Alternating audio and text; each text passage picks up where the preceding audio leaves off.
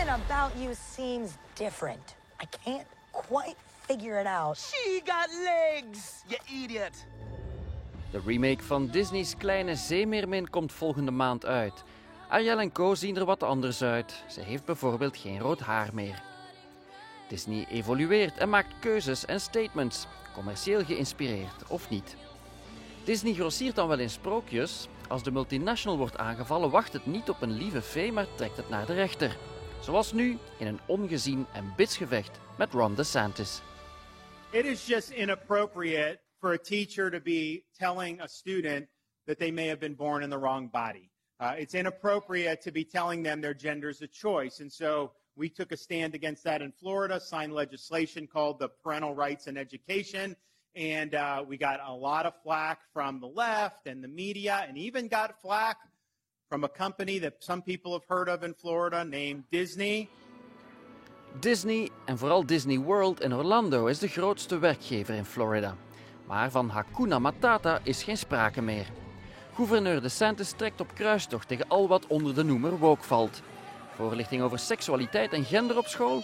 Hij denkt van niet en verbiedt het per wet. Disney bekritiseert dat en sindsdien trekt DeSantis ook op kruistocht tegen Disney.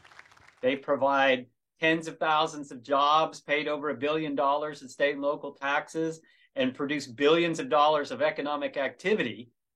And they have been under attack, basically, by the governor and the legislature ever since they spoke out against a bill that some people have labeled the Don't Say Gay bill, which would prohibit teachers from talking about sexual orientation and gender identity in schools. Now there's a new sheriff in town.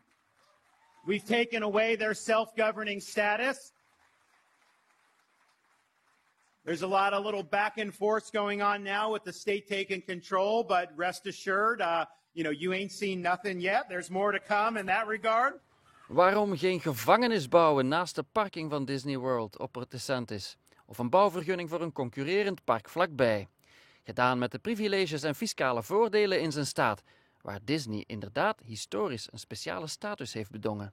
That goes back to the 1960s when Disney was thinking about moving here and opening up a new theme park. They had already had one in California, but were beginning to think about opening one on the East Coast. And so the Florida legislature and the governor at that time did give them special tax districts to provide government services, to build infrastructure, to issue bonds, to borrow money so they could build roads and do flood control and these kinds of things. Now, in return, though, Disney taxed itself a lot more than it would have been taxed by local governments, and they paid for everything. Rather than having the taxpayers have to pay for it, Disney had to pay for it. So that, in a sense, to me, that was the trade-off. Officieel is het nog niet, maar DeSantis' ambitie reikt verder dan Florida. In het Witte Huis zou hij ook wel kunnen aarden. Moet hij daarvoor de slechterik spelen in het Disney-universum, dan doet hij dat.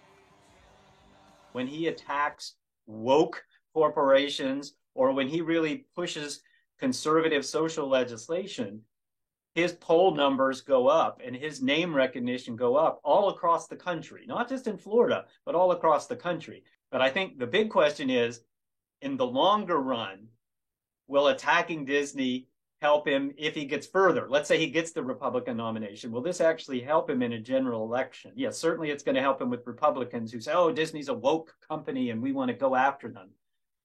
But I don't know if the average American, once we get that far, is going to think this is a great idea, that you should be attacking companies for speaking out.